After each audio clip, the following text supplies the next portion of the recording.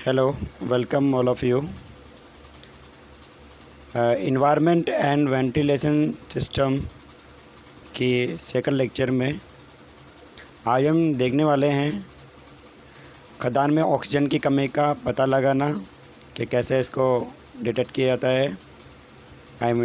कैसे पता लगाया जाता है तथा नाइट्रोजन और नाइट्रोजन के शारीरिक प्रभाव।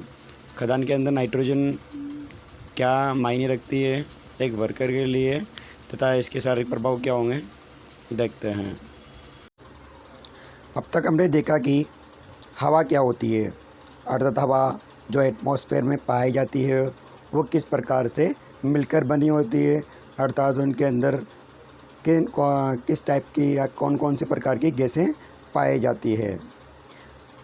आगे देखा हमने कि वायु की संरचना, अर्थात अगर ड्राई रहती है तो उसके अंदर जो उसकी संरचना रहती है वो किस टाइप की होती है।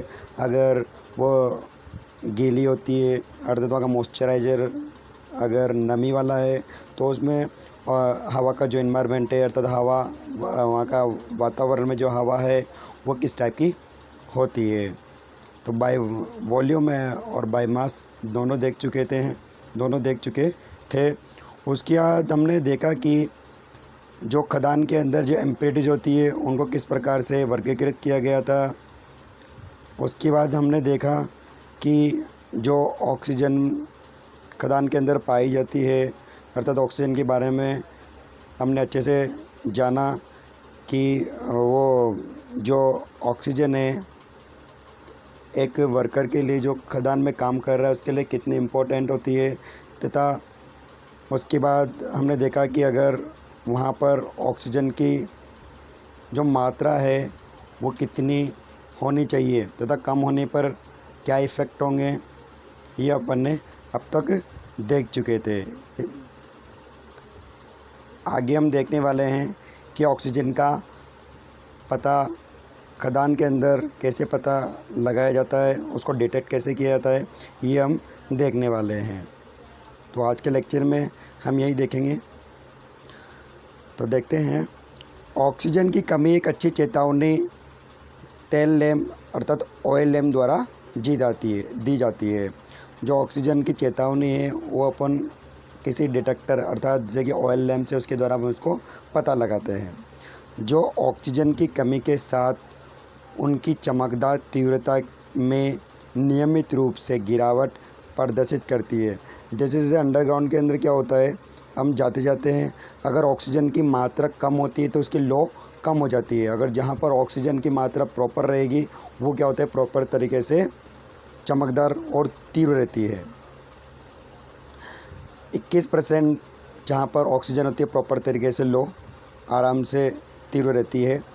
आगे देखते हैं। 19% ऑक्सीजन के साथ चमकदार तीव्रता सामान्य हवा में अपने मूल्य का 2/3 गिर जाती है। अगर जहाँ पर अगर 19% ऑक्सीजन पाई जाती है तो वहाँ पर क्या होता है, उसकी लो गिर जाती है 2/3 के बराबर तक लगभग में। और 17% ऑक्सीजन में तो क्या है, उसकी लो बुझ जाती है। अगर 17% ऑक्सीजन पाया जाता है यहाँ पर तो सेफ्टी जो ऑयल लैम्प से उसकी जो लो रहती है वो क्या होती है, बुझ जाती है। लेकिन एसिटिलीन अर्थात कार्बोहाइड्रेट लैम्प 12 से 13% ऑक्सीजन के साथ भी जल सकता है। तो जो एसिटिलीन अर्थात कार्बोहाइड्रेट वाले जो सेफ्टी लैम्प होते हैं वो 12 से 13% ऑक्सीजन होती है, वहाँ पर भी क्या होते हैं, जलते रहते हैं।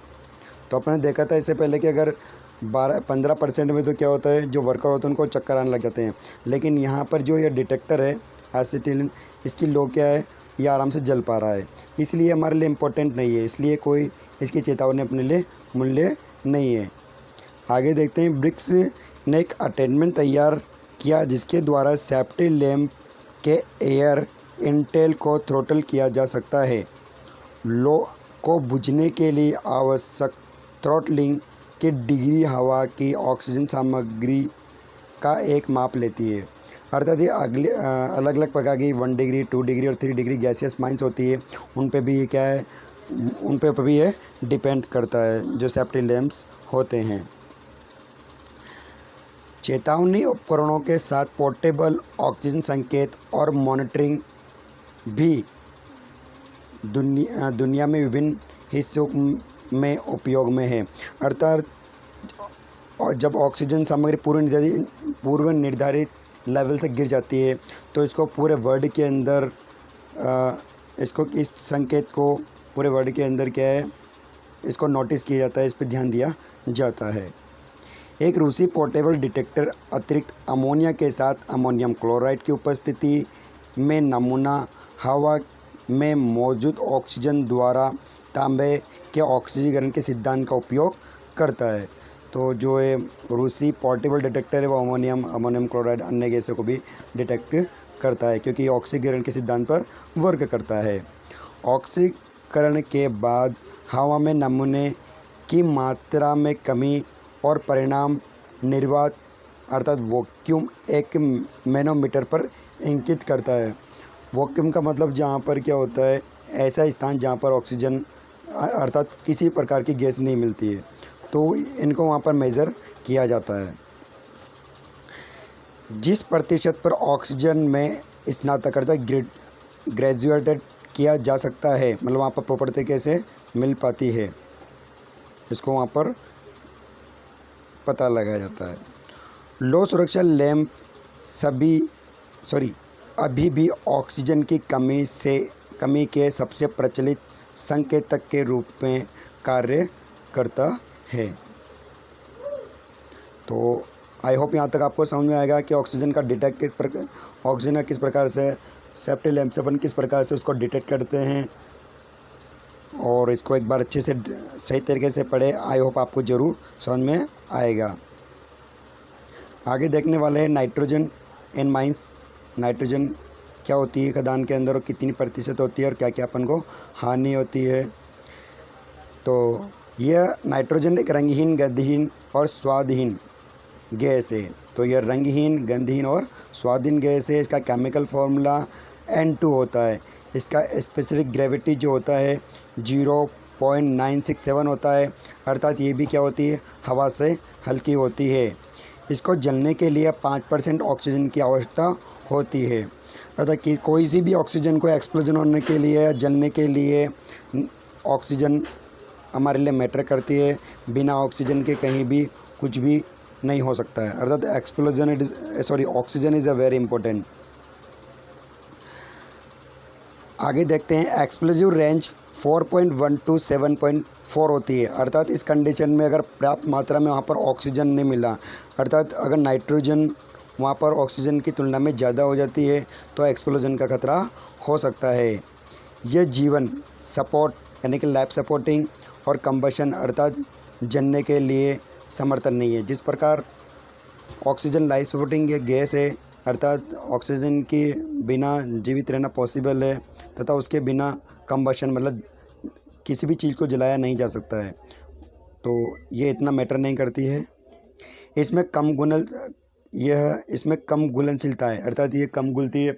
अगर 100% अपने पास नाइट्रोजन है, अगर इसको पानी में अगर घोला जाता है तो ये मात्र लगभग 1.5% ही घुल पाती है, 1.5% ही घुल पाता है। खदानों में नाइट्रोजन का उत्पादन कार्बनिक पदार्थों के अपघटन द्वारा, अर्थात अगर कार्बनिक खदान के अंदर नाइट्रोजन अगर कोई कार्बनिक पदार्थ टूटता है, अपघटन का मतलब होता है टूटना, विस्फोटक के साथ ब्लास्टिंग और स्ट्रेट में उत्सर्जन के रूप में किया जा सकता है। इसका उत्सर्जन कार्बनिक पदार्थों के अपघटन से होता है या ब्लास्टिंग से होता है। और ये इसका सोर्स हमें कहाँ मिलती है, एटमॉस्फेयर अर्थात वातावरण में मिलती है, और रिलीज फ्रॉम कोलसिम्स, और ये हमें कोलसिम से भी प्राप्त होती है।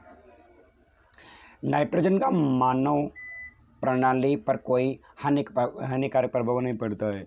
अर्थात अगर ये नाइट्रोजन का क्या होता है कि ज़्यादा होने पर भी अगर वर्कर वहाँ पर काम कर रहे हैं तो इसको ज़्यादा इफेक्टेड नहीं करेगी, सिवाय इसके उच्च सांद्रता में यह परिणामी शारीरिक प्रभाव के साथ ऑक्सीजन की कमी की होता है। अगर ये जब भी इफेक्टेड होगी जब ऑक्सीजन की कमी होगी। आगे देखते हैं नाइट्रोजन का शारीरिक प्रभाव। अगर नाइट्रोजन की मात्रा अन्य गैस है अर्थात ऑक्सीजन की तुलना में ज़्यादा हो तो ये क्या इफेक्टेड करती है। ये विषैली गैस तो नहीं है, अर्थात ये पॉइजनस गैस तो नहीं है, पर जहाँ पर इसकी प्रतिशतता ऑक्सीजन की प्रतिशतता से अगर बढ़ जाती है तो इसमें क्या होता है, फेफड़े पर असर डालती है। इसको अच्छे से पढ़ लेते हैं। यह विषैली गैस तो नहीं है, पर जहाँ पर इसकी प्रतिशतता और ऑक्सीजन की कमी हो तो ये फेफड़े पर असर डालती है। आगे देखने वाले हैं, अगर हम कहीं पर काम कर रहे हैं वातावरण में, वातावरण का प्रेशर, नाइट्रोजन का प्रेशर ज़्यादा है। अगर अपन कई वर्कर काम कर रहे हैं, जहाँ पर वर्कर काम कर रहे हैं और नाइट्रोजन का प्रेशर ज़्यादा है इन्वायरमेंट में, तो वहाँ पर क्या होगा, हमारे जो ब्लड टिश्यू हैं वो नाइट्रोजन को ऑब्जर्व करने लग जाते हैं, जिससे क्या होता है वहाँ पर पेनफुल कंडीशंस अकर होती है, अपने हाथ पैर दर्द करना या पेट दर्द करना, ठीक है। तो ये पेनफुल कंडीशन हो जाती है, परंतु इसमें घबराने वाली कोई बात नहीं है। जब हम सही इन्वायरमेंट में आ जाते हैं तो वापस जो ब्लड टिश्यू है वो ऑक्सीजन को ऑब्जर्व करने लग जाते हैं। आई होप आपको यहाँ तक समझ में आया होगा। इसके बाद हम देखने वाले हैं नेक्स्ट लेक्चर में मेथेन क्या होती है, अर्थात गर्म गैस है methane. It is a very important topic है खुद में। इसके बाद फायर डैम्स क्या होता है, फायर डैम्स की घटना कैसे अकर होती है, कैसे वहाँ पर फायर डैम होता है। तब तक के लिए थैंक यू सो मच।